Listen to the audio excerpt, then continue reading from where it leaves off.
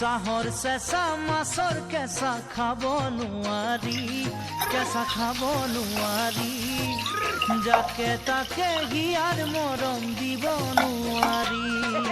চাহৰ চেঁচা মাছৰ কেঁচা খাব নোৱাৰি, যাকে তাকে হিয়াৰ মৰম দিব নোৱাৰি। মই তোমাক বিচাৰি খালো হাবাথুৰি, জুৰুলা কৰিলা হিয়া টানিয়া জুৰি, জুৰুলা কৰিলা হিয়া টানিয়া জুৰি।